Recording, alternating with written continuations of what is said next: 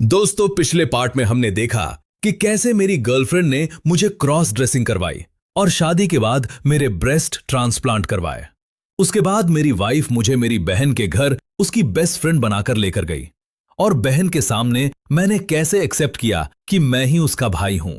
अगर आपने अभी तक वो दोनों पार्ट नहीं देखे तो प्लीज देख लो, नहीं तो कहानी समझ नहीं आएगी। तो चलिए दोस्तों, इस दिलचस्प कहानी को आगे शुरू करते हैं। अंकिता मेरी मर्दों वाली आवाज सुनकर एकदम से शॉक हो गई। उसे सब कुछ सपने जैसा लग रहा था। भाई की आवाज तो आ रही थी, पर एक सुंदर लड़की के मुंह से। उसने मुझसे पूछा, ये कैसे हो सकता है? तुम अनुष्का की तरह कैसे बन गए? और क्या तुम फिर से आरव बन सकते हो? अंकिता को लग रहा था कि ये कोई जादू टोना का खेल चल रहा है, पर उसे क्या पता कि ये कोई खेल नहीं बल्कि हकीकत है। मैंने अंकिता से कहा, हमने तुमसे झूठ बोला था दीदी कि मैं मिष्टी की दोस्त हूं। मैं मिष्टी की दोस्त नहीं बल्कि मिष्टी का पति हूं और तुम्हारा भाई आरव। मैं किसी जादू टोने से ऐसा नहीं बना, बल्कि सर्जरी करवाकर ऐसा बना हूं। मेरी बात सुनकर दीदी एकदम शॉक हो गईं। उन्हें यकीन नहीं हो रहा था कि जिस भाई के साथ वो बचपन में खेला करती थी, वो अब पूरी तरह भरी पूरी औरत बन चुका है। फिर भी उन्होंने हमसे पूछा, तो फिर तुम लोगों ने मुझसे पहले झूठ क्यों बोला कि आरव तुम्हारी दोस्त है? मिष्टी ने अंकिता को समझाते हुए कहा, अगर हम तुम्हें शुरू में ही सच बता देते तो पता नहीं तुम कैसा रिएक्ट करती। इसलिए हमने झूठ बोला ताकि हम तुम्हें और जान सकें और तुम्हारा मूड भी देख सकें। डायरेक्ट बताना भी सही नहीं होता, इसलिए हमने धीरे धीरे करके बताना सही समझा। अंकिता को झूठ बोलने का कारण तो समझ आ गया था, पर उसके दिमाग में अभी भी बहुत सारे सवाल उमड़ रहे थे। उसने मुझसे पूछा कि मैंने इतना बड़ा कदम क्यों उठाया और इस बारे में मुझे एक बार भी क्यों नहीं बताया। मैंने एक एक करके उसके सारे सवालों के जवाब देना शुरू कर दिया। मेरी जर्नी तब शुरू हुई थी जब मैं बहुत छोटा था। एक दिन मजाक मजाक में मम्मी और तुमने मिलकर मुझे तुम्हारा एक फ्रॉक पहनाया था। उस दिन मुझे एक अजीब सी फीलिंग हुई। तब से मैं तुम्हारे कपड़े चुप चुप के पहना करता था, पर जब तुम घर छोड़कर चली गईं, तब मुझे बहुत बड़ा शौक लगा। उस शौक को भुलाते भुलाते मेरी क्रॉस ड्रेसिंग की आदत भी थोड़े वक्त के लिए थम गई। लेकिन जब मैं पढ़ाई करने के बाद दूसरे शहर आ गया, तब मेरी क्रॉस ड्रेसिंग की आदत फिर से लग गई। धीरे धीरे करते करते मेरी आदत मेरी जिंदगी बन गई और तभी मेरी मुलाकात मिष्टी से हो गई। जब उसे मेरी हकीकत मालूम पड़ी तो उसने खुद मुझे आगे बढ़ने में मदद की। इसी राह पर चलते मैंने आगे जाकर सर्जरी करवा ली और इसी परिणाम को तुम आज अपने सामने देख रही हो। मेरी लाइफ का सारा सच जान लेने के बाद दीदी के पास अब पूछने के लिए कुछ ही सवाल बाकी थे। गौर करने वाली बात यह थी कि सच्चाई जानने के बाद अंकिता दीदी मेरे फैसले से बहुत खुश थीं। उन्होंने मुस्कुराते हुए मुझे अपने गले लगा लिया और कहा, क्या हुआ, अब मेरा भाई नहीं है?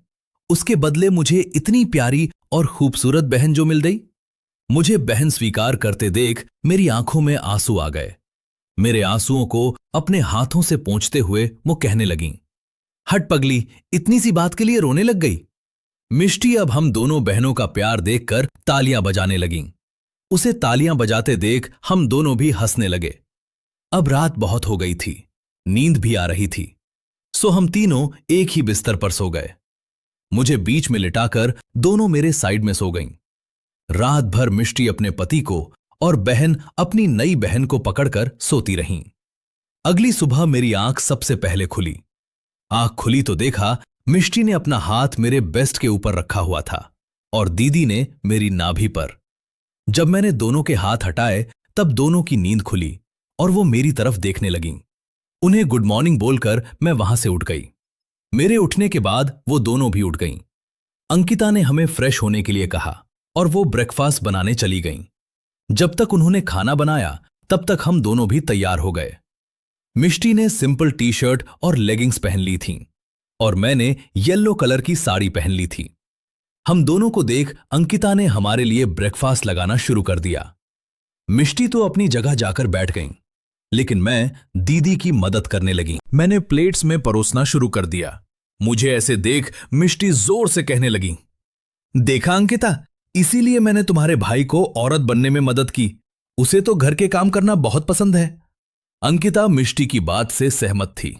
खाना लगाने के बाद हम तीनों ब्रेकफास्ट करने लगे। ब्रेकफास्ट करने के बाद मिष्टी टीवी देखने चली गई और मैं दीदी के साथ बर्तन धोने लगी। दीदी मेरे पास ही खड़ी थी। बर्तन धोते वक्त मेरी चूड़ियों की आवाज आ रही थी। उसे सुनकर दीदी कहने लगी, लगता है मेरे भाई को चूड़ियां पहनना बहुत पसंद है। मैंने शर्माते हुए हां कहा और अपना सिर नीचे कर दिया। दीदी हर वक्त मुझे नोटिस कर रही थी, कैसे मैं खुद को हील्स में साड़ी पहनकर संभालता हूं, वो भी इतने आराम से, जैसे मैं बचपन से ही साड़ी पहनता आ रहा हूं।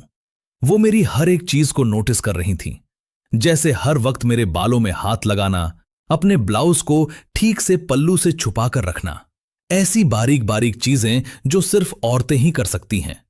बर्तन धोकर होने के बाद मैंने दीदी से पूछा कि और कुछ काम बाकी है।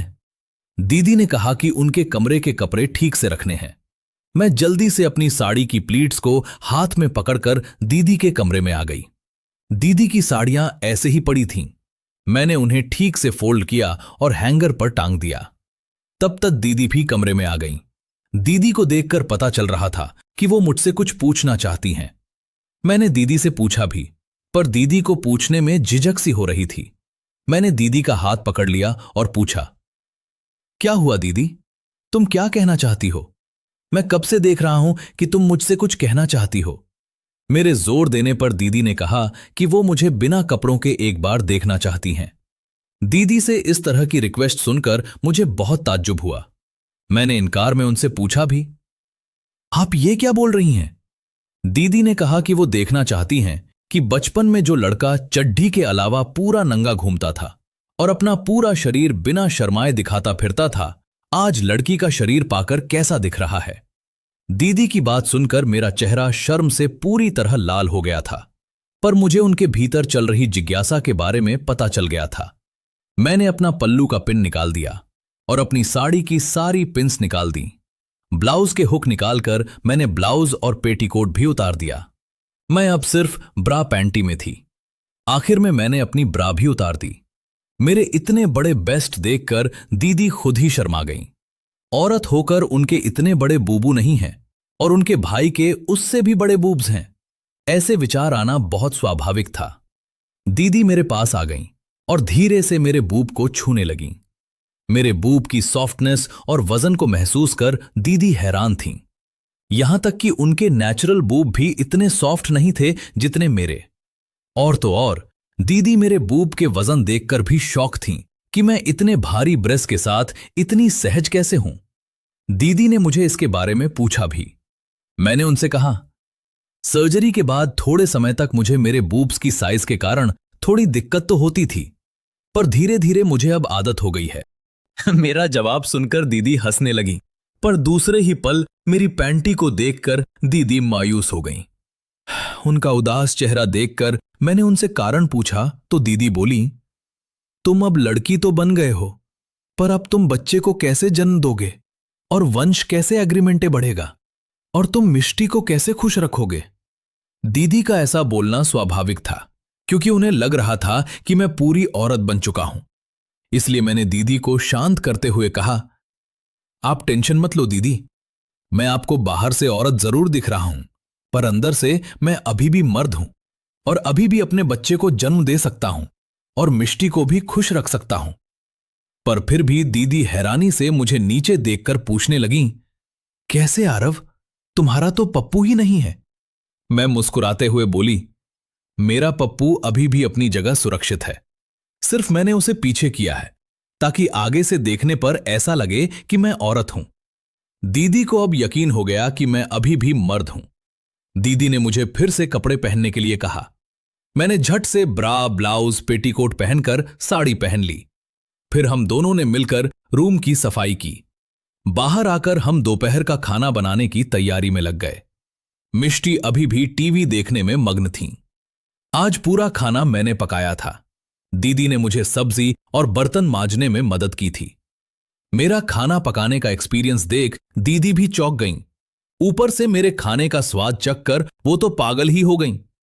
खाना खाने के बाद हमने थोड़ा आराम किया और शाम होने पर हम घूमने चले गए। मैंने डार्क येलो साड़ी के साथ पिंक ब्लाउज पहना था। दीदी ने भी साड़ी पहनी थी। मिष्टी ने हमेशा की तरह आज भी वेस्टर्न पहना था, जीन्स और टॉप। हमने पहले तो नई रिलीज हुई फिल्म देखी।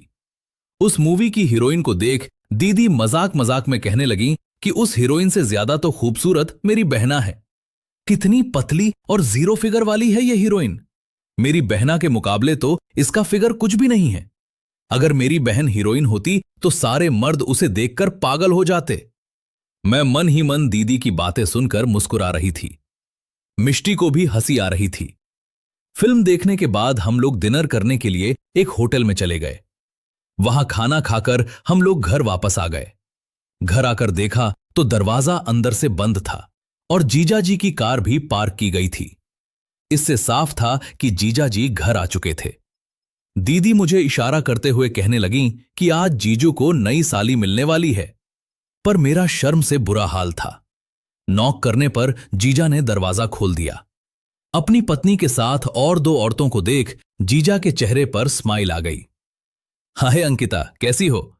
और ये दो खूबसूरत लड़कियां तुम्हारे साथ कौन है? दीदी ने कहा, ये मेरी बहन अनुष्का और ये आरव की बीवी मिष्टी। मिष्टी और मुझे हेलो करने के बाद उन्हें समझ आया कि दीदी ने बहन बोला था। जीजा, बहन? तुम्हारी कौन सी बहन? तुम्हारा तो एक ही भाई है, आरव। दीदी, हां बिल्कुल ठीक कहा तुमने। भाई तो मेरा एक ही था, पर आज वो भाई नहीं बल्कि बहन बन चुकी है। जीजा जी को तो कुछ समझ नहीं आ रहा था कि दीदी क्या बोल रही हैं। जीजा, तुम क्या पागलों जैसी बातें कर रही हो? ठीक से बताओ। दो के, तो फिर मिलो मेरी बहन अनुष्का से। यही है मेरा भाई जो अब औरत बन चुका है, और ये रही उसकी पत्नी मिष्टी। मैंने तो शर्म से सिर नीचे झुका रखा था। जीजा, क्या तुम बोल रही हो कि ये लड़की तुम्हारा भाई है? पर यह कैसे हो सकता है? लुक एट हर, उसका फेस भी तुम्हारे भाई से नहीं मिलता। हां मालूम है मुझे, उसने अपनी पूरी बॉडी की सर्जरी करवाई है, इसलिए मेरा भाई इतनी खूबसूरत लड़की बन पाया है। जीजा, ओ गॉड, अनबिलीवेबल। मैंने कभी सोचा भी नहीं था कि कोई लड़का इतनी खूबसूरत लड़की बन सकता है।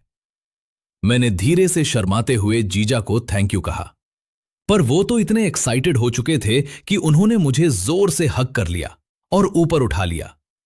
उनके अचानक बिहेवियर से तो मैं पूरी पत्थर जैसी हो गई थी।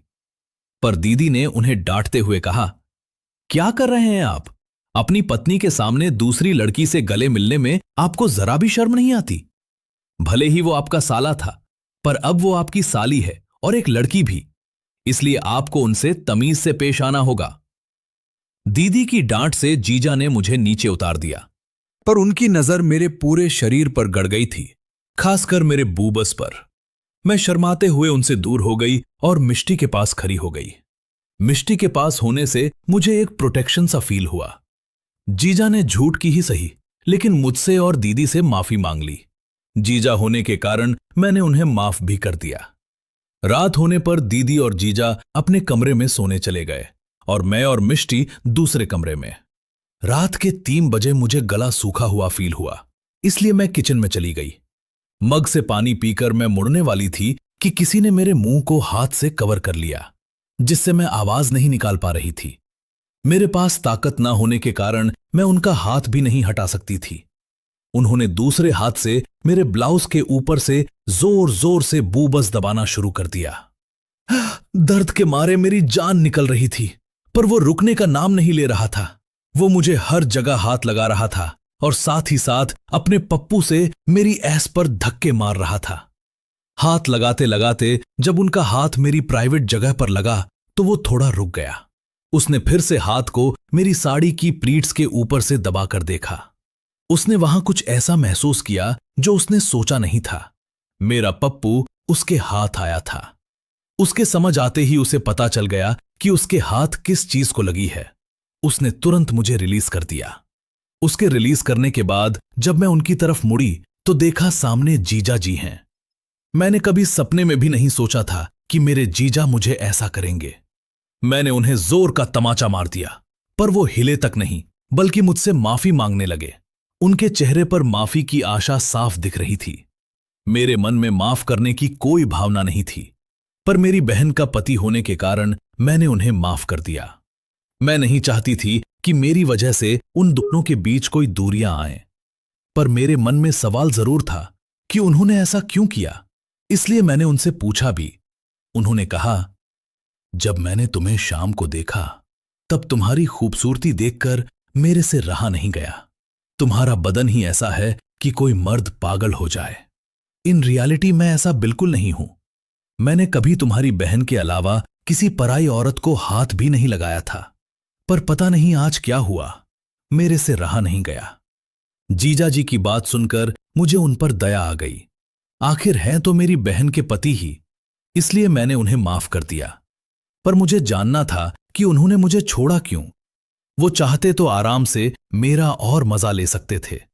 इसलिए मैंने उनसे इसके बारे में पूछा तो उन्होंने बताया, मुझे लगा कि तुम पूरी तरह औरत बन गए हो, लेकिन जब मैंने तुम्हें नीचे छुआ तब मुझे एहसास हुआ कि तुम्हारा पप्पू अभी भी है।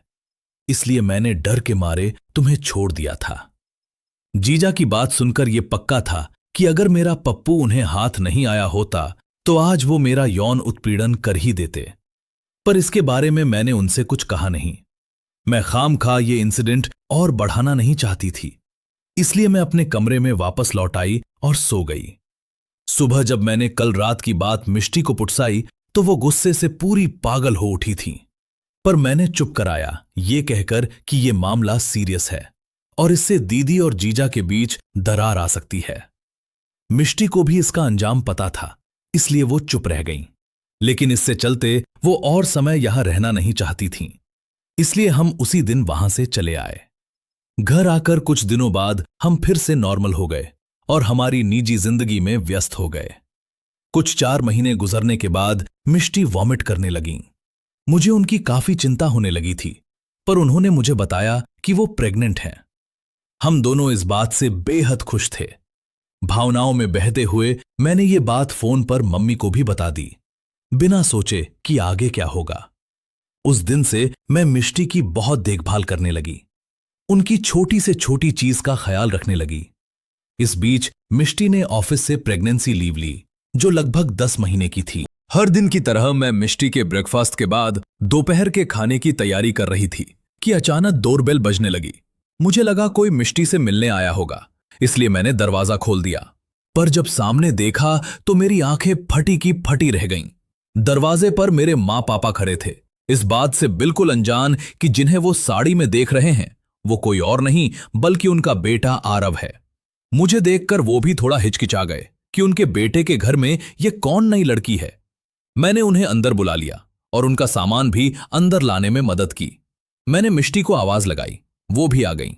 मेरे माँ पापा को देखकर मिष्टी बहुत खुश थीं। माँ ने मिष्टी से मेरे बारे में पूछा कि ये कौन है।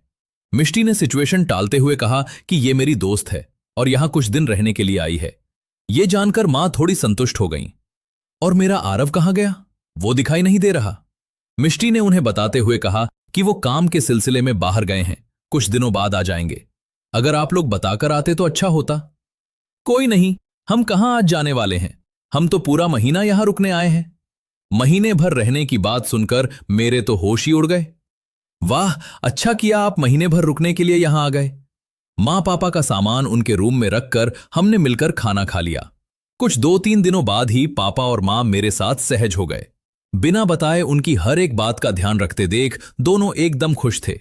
माँ तो मुझसे ज्यादा ही खुश थी। मेरे साथ बातें करना उन्हें बहुत पसंद आने लगा था। जब देखो वो मुझसे बातें करने आती थीं। ऐसे ही एक दिन मौका पाकर मैंने उनसे पूछा कि आपकी कोई बेटी नहीं है क्या? तो मेरी माँ उदास हो गईं, कुछ देर चुप हो गईं। थोड़ी देर बाद वो कहने लगीं, मेरी एक बेटी थी आरिका, अब वो है भी या नहीं ये भी नहीं पता मुझे। उसने हमारे गांव में नाक कटा दी थी। भागकर शादी करने के कारण हमने उससे हमेशा के लिए नाता तोड़ दिया। मां की बातों से साफ झलक रहा था कि वो बेहद गुस्से में थीं, पर मुझे इसी गुस्से को मिटाना था। मां बेटी को फिर से मिलाना था। इसलिए मैंने उन्हें मनाने की कोशिश करने लगी। मैंने उन्हें बताया, आपका गुस्सा करना स्वाभाविक है, पर नाता तोड़ना क्या सही था? उसने भागकर शादी क्यों की? इसलिए ना कि आप लोगों ने उसके जीवन साथी को नहीं स्वीकारा था। अगर आप लोग मान गए होते तो आज आपकी बेटी इतनी दूर नहीं गई होती। मेरी बातें सुनकर मां की आंखों में आंसू आ गए। वो फूट फूट कर रोने लगीं। शायद उन्हें किए पर अफसोस हो रहा था। मां ने रोते हुए मुझसे कहा, तुम ठीक कह रही हो बेटी, गलती हमारी ही है। अगर हम लोग मान गए होते तो ना हमारी बेटी घर छोड़कर भागती और ना ही हमारी गांव में इज्जत चली जाती। तो क्या आप अब अपनी बेटी को अपनाने के लिए तैयार हैं? हां, क्यों नहीं। पर आरव के पापा का क्या? वो कभी नहीं मानेंगे कि गलती हमारी थी और ना ही वो फिर से उससे बात करने के लिए राजी होंगे। उसकी चिंता आप मत कीजिए मां, आप बेफिक्र रहिए। मैं खुद उनसे बात करूंगी और उन्हें मनाऊंगी। मेरी मां ने खुशी से मुझे जोर से हक किया और मुझे आशीर्वाद दिया कि हमेशा खुश रहो और सदा सुहागन रहो। मां का आशीर्वाद सुनकर मुझे अलग सा फील हुआ। मां ने सदा सुहागन रहने का आशीर्वाद जो दिया था मुझे। अगले दिन शाम को पिताजी बाहर गैलरी में बैठे थे। मैं वहां उन्हें शाम की चाय देने गई। वहीं मैंने मेरी बहन का मुद्दा उनके सामने निकाल दिया। पहले वो भी मां की तरह गुस्सा करने लगे, पर मेरे बहुत समझाने के बाद मान गए। आखिर इतने सालों बाद मां पापा दीदी से मिलने के लिए राजी हुए थे और इसका कारण थी मैं। अगर वही बात मैं आरव बनकर कहता तो वो कभी नहीं मानते। इसलिए मुझे गर्व था खुद पर कि मैं एक औरत बना हूं। अगले कुछ दिनों में मैं और ज्यादा मां पापा से घुल मिल गई। दोनों मुझसे बहुत प्यार करने लगे थे, पर मेरे मन में हमेशा डर लगा रहता था कि क्या होगा जब मां पापा को मेरी हकीकत मालूम पड़ेगी। मैं हमेशा मन ही मन प्रार्थना करती थी कि वो दिन कभी ना आए, पर भगवान को शायद कुछ अलग ही मंजूर था।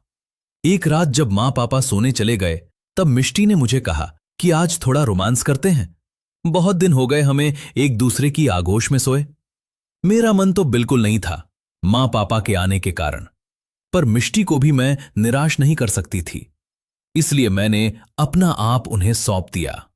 कुछ ही देर में हम दोनों क्लाइमैक्स पर आने वाले थे। मिष्टी की आवाज भी तेज हो गई थी। मैं मिष्टी को नीचे लिटाकर अपना पप्पू उनकी गुलाबी गुफा में डाल रहा था कि अचानक हमारे बेडरूम का दरवाजा किसी ने खोल दिया। दरवाजे पर मां अपना मुंह पर हाथ रखे खड़ी थीं। मिष्टी और मेरे बदन पर एक भी कपड़ा नहीं था और रूम की लाइट ऑन होने के कारण मां ने हम दोनों को साफ साफ देख लिया था। मां को सामने देख हम दोनों को कुछ समझ नहीं आ रहा था। मिष्टी ने जल्दी से बेड पर से एक चादर उठाकर मुझे कवर कर लिया और खुद को भी छुपा लिया। पर अब छुपाने से क्या फायदा, उन्होंने सब कुछ तो देख लिया था। मां ने जोर से पापा को आवाज लगा दी। मां की आवाज सुनकर पापा भी आ गए। मां ने पापा को सब कुछ बता दिया जो उन्होंने अभी देखा था। मां और पापा दोनों शॉक थे कि यह कैसे हो सकता है। इतने दिन हम जिसे लड़की समझकर प्यार कर रहे थे वो असलियत में लड़की नहीं बल्कि कुछ और ही है। पर मां को ज्यादा गुस्सा मिष्टी पर आ गया था कि उनके बेटे आरव के जाने के बाद उसकी पत्नी क्या गुल खिला रही है। एक ऐसी औरत के साथ सोती है जो न औरत है न मर्द। मां ने हमें धमकी देते हुए कहा, सच सच बताओ यहां क्या हो रहा है, वरना हम पुलिस को कॉल करेंगे और तुम दोनों को जेल की सलाखों के पीछे पहुंचा देंगे। दोस्तों, आप सभी से एक छोटी सी विनती है। हम इस चैनल पर आगे भी इससे भी बेहतर और मनोरंजक कहानियां लेकर आने वाले हैं, लेकिन इसके लिए हमें आपके प्यार और सहयोग की बहुत आवश्यकता है। इस वीडियो के लिए हमने 200 लाइक्स का लक्ष्य रखा है। अगर आप सभी मिलकर ये लक्ष्य पूरा कर देते हैं तो हम बहुत जल्द इसी श्रेणी में एक नई कहानी लेकर आएंगे। इसलिए कृपया इस वीडियो को लाइक करें, चैनल को सब्सक्राइब करें और बेल आइकन जरूर दबाएं ताकि आने वाली हर नई कहानी सबसे पहले आप तक पहुंच सके।